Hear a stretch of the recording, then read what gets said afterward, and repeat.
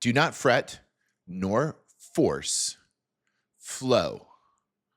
I heard these words in a meditation just a few days ago, working on something important in the external world, meaning something that my ego wants to have achieved, and any second of delay is unacceptable. Very typical behavior for the ego. So I heard these words: do not fret nor force, flow. And I think there's a lot of spiritual meaning in this, so I thought we'd break this down a little bit. So number one, fret.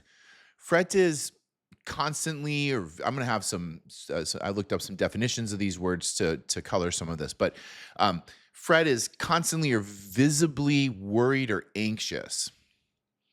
And so when I hear the word fret, I think, can you let go of the illusion of control, the attempt to control? Very hard for many humans to do, very hard for the ego to do, for sure. This is why quieting the mind and quieting the ego is so important, and why we meditate. Do we really have control anyway? That's why I say it's an illusion of control. I don't think we actually have control. Um, we do in some ways, right? And the number one way we can control our lives is emotional mastery. We can control our reaction, our frequency, our vibration, but we can't control what happens in the world. Most things are completely out of our control. So it's an illusion. So to fret, not going to be particularly useful. Force. So do not fret nor force. Force, and again, this is not a Star Wars reference. I do love Star Wars. Force is the strength or energy applied as a physical action or movement, is one of the definitions of it. And so I think this can be more than just physical action. I think this can be thoughts too. You can force the issue, right? And trying to achieve something and keep pushing, mentally pushing, busyness, running around, like just pushing too hard.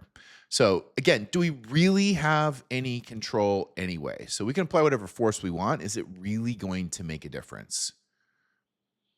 And in business, a lot of times we talk about activity and actions, and are you making the calls? Are you sending the emails? Are you doing the things?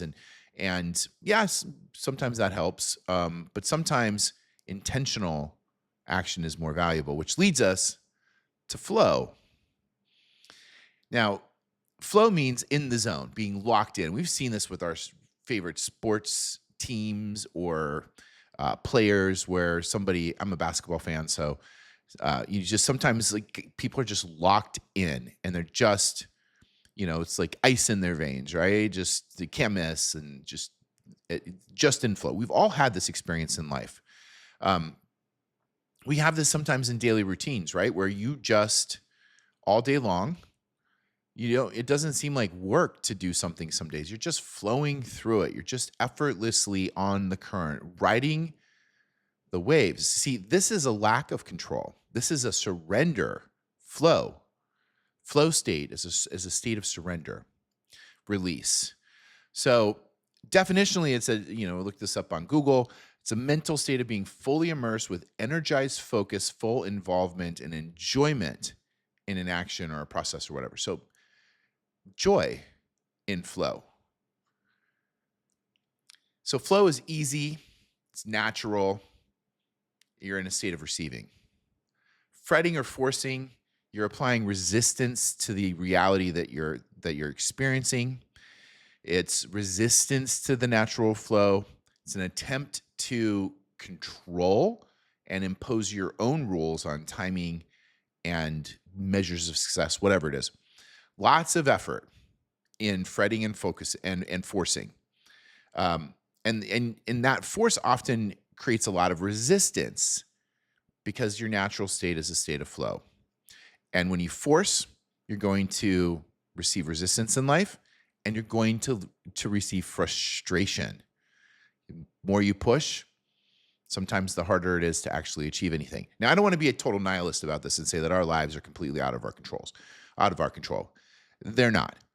Again, the one thing we can do is emotional mastery. We can manage our vibration, we can manage our frequency, we can manage our feelings, and we can find that flow state and just let what we want, what we desire, what we intentionally are attempting to achieve, let it flow to us.